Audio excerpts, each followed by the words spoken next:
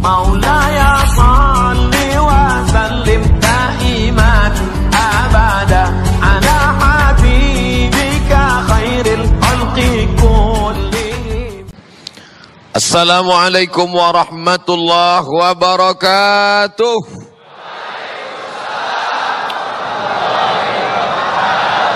Bersyukur kepada Allah dengan ucapan Alhamdulillahi Rabbil Alamin. Berselawat kepada Rasulullah dengan ucapan Allahumma salli ala Sayyidina Muhammad wa ala ali Sayyidina Muhammad.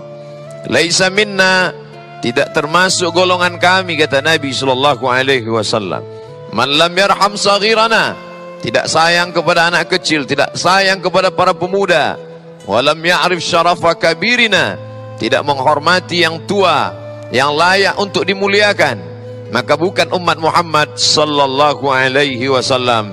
Anak-anakku, para pemuda harapan umat dan bangsa, kita sayangi semua. Yang tua, pemimpin, alim ulama, tokoh masyarakat, semuanya kita muliakan. Insya Allah kita semua dimuliakan Allah subhanahu wa ta'ala dengan iman dan Islam. Amin ya rabbal alamin. Ayat yang dibaca, surah yang agung dan mulia, surat Al-Qadar. A'udzubillahi minasyaitonir rajim. Bismillahirrahmanirrahim. Inna anzalnahu fi lailatul qadar. Ada dua kata, lailatu malam, qadar malam, qadar. Ada tiga makna qadar. Yang pertama, hadza rajulun lahu qadar, ini orang punya kemuliaan. Qadar artinya mulia. Disebut dia dengan Lailatul Qadar karena malam itu malam yang mulia. Makna yang kedua, qadar diartikan dengan makna sempit. Mengapa disebut dengan malam yang sempit? Qadara alaihi rizqahu, disempitkan rezekinya. Andailah malaikat itu dalam bentuk benda padat, batu kerikil, dalam bentuk semen, dalam bentuk atap, dalam bentuk bangunan, dalam bentuk fisik tubuh, pastilah malam itu sempit karena turunnya seluruh malaikat. Yang disebut Allah tanazzalul malaikatu warruh, turun para malaikat, ruh, induk dari para malaikat yaitu Jibril alaihi salam. Tapi karena malaikat itu bukan dalam bentuk benda fisik padat, nur, cahaya. Cahaya sebanyak apapun kita kumpulkan di ruangan ini, baik yang 100 watt, 1000 watt, tidak membuat tempat itu menjadi sempit. Akan tetapi pada waktu pagi, ciri malam Lailatul Qadar, yaitu matahari ka'annaha la syu'a'a laha, seakan-akan tak bercahaya. Mengapa matahari seperti tidak bercahaya? Karena ribuan, ratusan, miliaran malaikat dalam bentuk cahaya naik ke langit. Pada saat itu terkalahkan cahaya matahari. Cahaya matahari redup karena cahaya malaikat yang mengalahkan mereka. Kecepatan cahaya 300.000 km per detik. Begitulah perjalanan Isra dan Mi'raj Nabi Muhammad SAW bersama Burak. Burak juga cahaya. Yakadul barqu yaqtafu absarahum, hampir saja cahaya itu menyambar mata mereka. Jibril dalam bentuk cahaya, jismun nuraniyun, bentuk fisik yang cahaya. Maka malam itu disebut dengan malam qadar karena kemuliaan. Malam itu disebut dengan malam yang sempit karena pada malam itu andai malaikat berbentuk fisik, tentulah dunia ini akan sempit. Yang ketiga, qadar diartikan dengan takdir. Inna kulla syai'in khalaqnahu biqadar, sesungguhnya segala sesuatu kami ciptakan dengan qadar. Allah subhanahu wa ta'ala tidak menyebut malam itu kapan. Allah hanya menyebut dia terjadi pada suatu malam. Definisi malam dari sejak tenggelam matahari, nampak syafaq ahmar memerona memerah sebelah barat, sampailah terbit fajar. Makanya dalam ayat dikatakan tanazzalul malaikatu warruh, turun para malaikat dan induk dari para malaikat, ruh Jibril alaihissalam. Salamun hiya hatta, selamat pada malam itu sampai batas limit waktunya, hatta matla'il fajr, sampai terbit fajar. Terbit fajar bukan terbit matahari. Ada yang namanya terbit fajar, dan fajar ada dua, fajar sadik, fajar kadzib. Fajar sadik yaitu azan subuh berkumandang, lalu setelah itu barulah terbit matahari. Apakah malam qadar itu sampai terbit fajar atau sampai terbit matahari?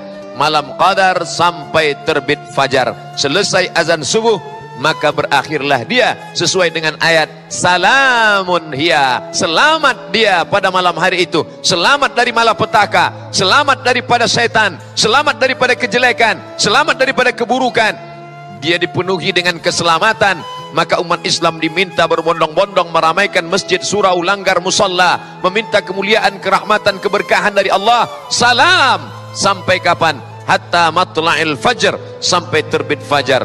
Begitulah umat Islam dianjurkan memuliakan. Maka ada di berbagai tempat tradisi menghidupkan malam. Dari mulai salat maghrib berjamaah, dilanjutkan zikir dan doa, sampai salat isya berjamaah, dilanjutkan dengan salat tarawih, dilanjutkan dengan salat witir, dilanjutkan dengan tadarus, mempersedikit, meminimalisir tidur, lalu kemudian membaca Al-Quran, berzikir, bertasbih, bertahmid, bertakbir, lalu kemudian salat tahajud malam, ditambah dengan salat-salat sunat, salat sunat taubat, salat sunat wudu, salat sunat hajat, salat sunat tasbih, salat sunat tahajud. Tidak lagi ditutup dengan witir, karena sudah menutup witir tarawih dengan witir. La witrani, tidak boleh 2 kali witir fi lailatin, dalam satu malam. Sampai pada puncaknya adalah salat subuh berjamaah. Man shalla subha fi jama'atin, siapa yang salat subuh berjamaah, fa ka'annama shallal laila kullah, dapat pahala seperti salat sepanjang malam.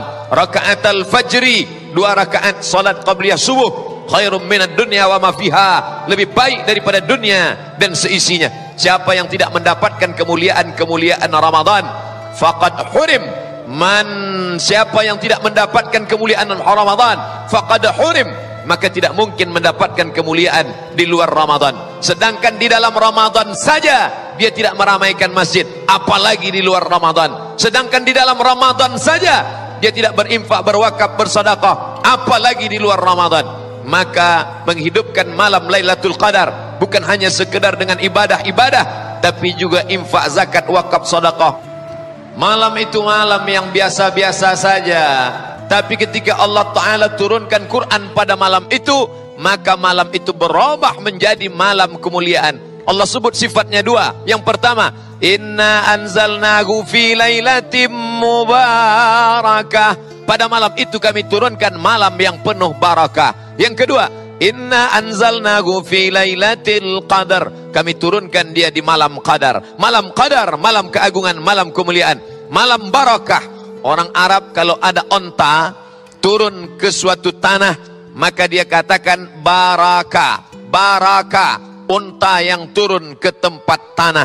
Maka turunnya onta, kulitnya bisa dijadikan sebagai alas tempat duduk, bulunya bisa dijadikan sebagai mantel jaket, susunya bisa dijadikan obat, bahkan kencingnya sekalipun diteteskan bisa menjadi obat. Lalu kemudian dagingnya sebagai makanan, dan onta sebagai kendaraan di tempat 8 hari 8 malam Nabi Muhammad SAW dari Makkah menuju kota Al-Madinah Al-Munawwarah. Maka onta yang turun di suatu tanah, orang Arab menyebut baraka. Maka kita selalu menyebut semoga berkah ya. Ada orang yang anaknya lahir, kita katakan barakallahu laka fil mauhub, semoga Allah berikan berkah pada anak yang baru saja lahir. Wa syakartal wahib, engkau menjadi orang yang bersyukur pada Allah yang sudah memberikan anak anugerah kepadamu. Wa ruzikta birrahu, semoga Allah Ta'ala memberikan berkah, anakmu menjadi anak yang berbakti. Wa balagha asyuddahu, semoga anakmu diberikan berkah sampai usia remaja dewasa dalam keadaan soleh dan solehah. Lalu ketika kita ada orang yang menikah, maka kita juga mintakan berkah. Barakallahu lakuma, semoga Allah berikan berkah pada kalian berdua. Wa baraka alaikuma, Allah berikan berkah pada kalian berdua dalam senang dan susah. Wa jama'a bainakuma fi khair, Allah berikan kalian kesatuan hati dalam kebaikan-kebaikan. Maka malam itu disebut dengan malam yang penuh barakah. Mengapa? Karena ada keberkahan yang hanya, bagaimana cara menghitung malam? Berapa jam sebenarnya malam itu? Apakah siang 12, malam 12? Bukan begitu cara menghitung malam. Malam dimulai dari sejak tenggelam matahari. Kebetulan di tempat kita Jabodetabek, tenggelam matahari pukul 6 sore. Lalu kemudian berakhir malam itu ketika azan subuh berkumandang, terbit fajar shadiq, lebih kurang pukul 4.30. Maka dari jam 6 sore sampai pukul 4.30 azan subuh, itulah malam, lebih kurang 13 jam setengah. Jadi kalau ingin membagi sepertiga malam, kapan sepertiga malam yang terakhir? Waktu yang paling bagus munajat berdoa. Waktunya salat tahajud Nabi Muhammad SAW. Mudah saja, 13,5 jam dibagi 3. Sepertiga yang terakhir, itulah waktu yang paling utama, waktu afdal. Cara membagi malam sesuai dengan daerah kita masing-masing. Maka pada malam itu malam yang penuh barakah. Nabi menceritakan ada 4 orang dari kalangan Bani Israel, umur mereka 80 tahun. Pada waktu siangnya mereka berjihad fisabilillah, pada waktu malamnya mereka qiyamul lail, tegak munajat kepada Allah. La ya'sunallah, tidak pernah berbuat dosa kepada Allah. Tarfata ainin, sekedip mata, tidak pernah berbuat dosa kepada Allah. Siangnya berjihad, malamnya qiyamul lail. Malamnya qiyamul lail, siangnya berjihad. Mendengar cerita itu sahabat Nabi down, lemah, sedih. Mana mungkin kami bisa beribadah seperti itu ya Rasulullah? Kami mencari makan, mencari nafkah, menikah, membesarkan anak, mengurus keluarga, menanam korma, berdagang, berniaga. Lalu kemudian kami juga malam perlu tidur. Bagaimana mungkin kami bisa beribadah 80 malam? Mendengar itu Nabi terdiam. Allah Ta'ala muliakan umat ini, dimuliakan dengan turunnya surat Al-Qadar. Hai sahabat Nabi, hai orang beriman yang sedih mendengar cerita Bani Israel 80 tahun lamanya berjihad siang, qiyamul lail malam, tak pernah berbuat dosa. Allah turunkan yang lebih hebat daripada itu. Apa dia? Lailatul Qadri khairum min alfi syahri. Lailatul Qadar, malam Qadar, khairun, lebih baik, min alfi syahrin, daripada 1000 bulan. Ada orang mengkalikan, menghitung-hitung 1000 bulan sama dengan 80 sekian tahun. Tapi sebenarnya makna 1000 bulan adalah angka tertinggi dalam hitungan Arab adalah 1000. Makanya orang Arab menyebut sejuta alfu alfi. Alfu alfi, 1000 sama dengan sejuta. Maka sesungguhnya yang diinginkan dari kata alfi syahrin bukan 80 sekian tahun, tapi angka tertinggi tanpa batasan. Kalau engkau sedih wahai sahabat karena ada orang Bani Israel 80 tahun beramal tidak pernah berdosa, maka aku berikan balasan alfu syahrin, 1000 bulan tanpa batasan, asalkan engkau beribadah munajat karena Allah Subhanahu wa ta'ala. Oleh sebab itu jangan bersedih wahai orang Islam, walaupun usiamu pendek tapi amalmu banyak. Jangan bersedih wahai orang Islam, walaupun engkau lelah tapi diberikan Allah balasan yang luar biasa. Jangan berduka cita wahai orang Islam, dengan syarat kau muliakan malam-malam itu semuanya. Tapi Allah rahasiakan, dirahasiakan Allah, tidak ada yang tahu siapa yang dapat taubat nasuha. Dirahasiakan Allah, tidak ada yang tahu siapa yang dapat satu doa titik mustajab di hari Jumat. Tidak ada yang tahu siapa yang dapat salat wusta. Tidak ada yang tahu siapa yang dapat haji mabrur. Tidak ada yang tahu siapa dapat malam Lailatul Qadar. Begitu dikatakan oleh Syekh Al-Imam dalam kitabnya yang berjudul Tafsir Mafatihul Ghaib, kunci-kunci ghaib, Al-Tafsir Al-Kabir, Imam Fakhruddin Ar-Razi, meninggal 606. Kata beliau dalam surat Al-Qadar, Allah rahasiakan 5 perkara ini agar supaya menjadi iktibar pelajaran. Mengapa Allah rahasiakan satu doa titik di hari Jumat? Supaya dari mulai petang Jumat, siang Jumat, malam Jumat, pagi Jumat, berdoa, berdoa, berdoa, berdoa. Bahkan sampai ketika khatib naik ke atas mimbar antara 2 khutbah, tetap juga banyak orang berdoa. Kenapa? Mungkin di waktu yang sempit itu seperti cermin yang terang benderang, ada satu titik hitam di tengah. Dalam satu titik itu doa mustajab kepada Allah Subhanahu wa ta'ala. Mengapa Allah tidak beritahu siapa yang dapat salat wusta? Agar senantiasa mencari waktu utama, salat subuh berjamaah, salat asar berjamaah, salat tahajud, salat witir. Mudah-mudahan menemukan salat wusta. Mengapa Allah tidak beritahu siapa yang dapat taubat nasuha? Supaya orang senantiasa merasa banyak silap, salah, dosa. Dengan itu dia beribadah, munajat, memohonkan ampunan Allah SWT. Begitu juga kita. Mengapa Allah tidak beritahu siapa yang dapat Lailatul Qadar? Karena Allah ingin agar kita meramaikan tiap-tiap malam Ramadan. Malam pertama, malam kedua, malam ketiga, sampai pada akhir malam tidak pernah sepi sunyi. Justru semakin berakhir ujung-ujung Ramadan, orang semakin ramai. Taharru Lailatul Qadri, cari Lailatul Qadar fil ashril awakhir min Ramadan, di 10 terakhir Ramadan.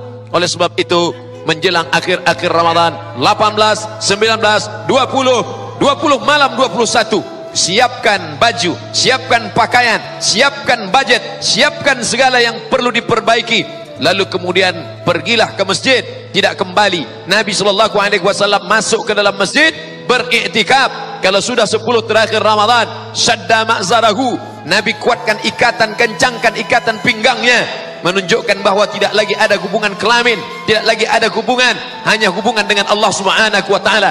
Aiqaza ahlahu, dia bangunkan keluarganya di tengah malam, bangun, bangkit, beribadah. Lalu kemudian menikmati munajat kepada Allah Subhanahu wa taala, muhasabatun nafs. Mudah-mudahan kita termasuk golongan orang-orang yang senantiasa merindukan dan mendapatkan Lailatul Qadar tahun ini insyaallah. Amin. Amin.